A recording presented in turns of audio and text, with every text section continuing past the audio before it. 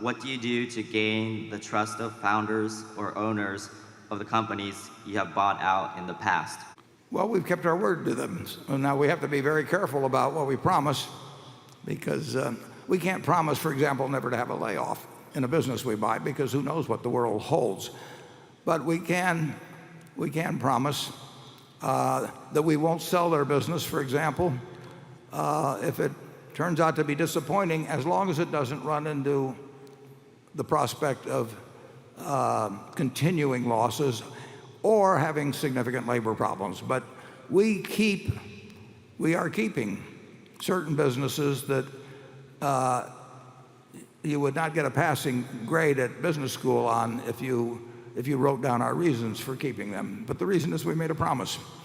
And we not only make the promise, we put it in the back of the annual report now. We've done it for 30 years or so, where we list the economic principles. And we put it there because we believe it, but we put it there also so that the managers who sell us their business, the owners who sell us their business, know they can count on it. And if we behave differently, the word would get around, and it should get around.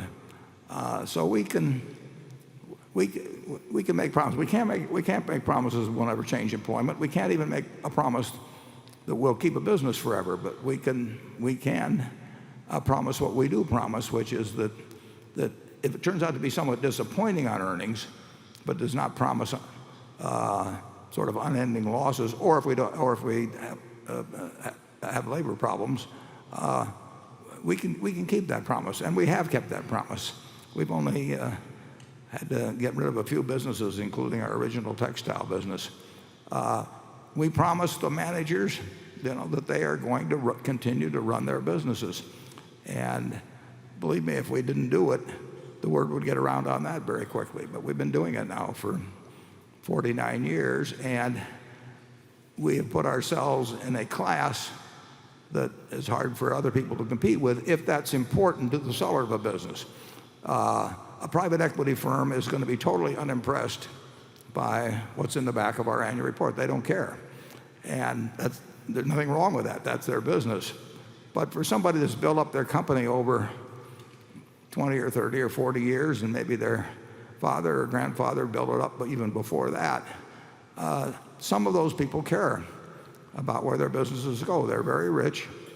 They've accomplished all kinds of things in life, and they don't want to build up something which somebody else tears apart very quickly because they're handing it over to a few MBAs who want to show their stuff. So we do have a unique, or close to a unique asset at Berkshire, and as long as we behave properly, we will maintain that asset, and really no one else will have much luck in competing with us. But it doesn't solve all problems, and frankly, it's the way we want to operate anyway. So we're comfortable with it.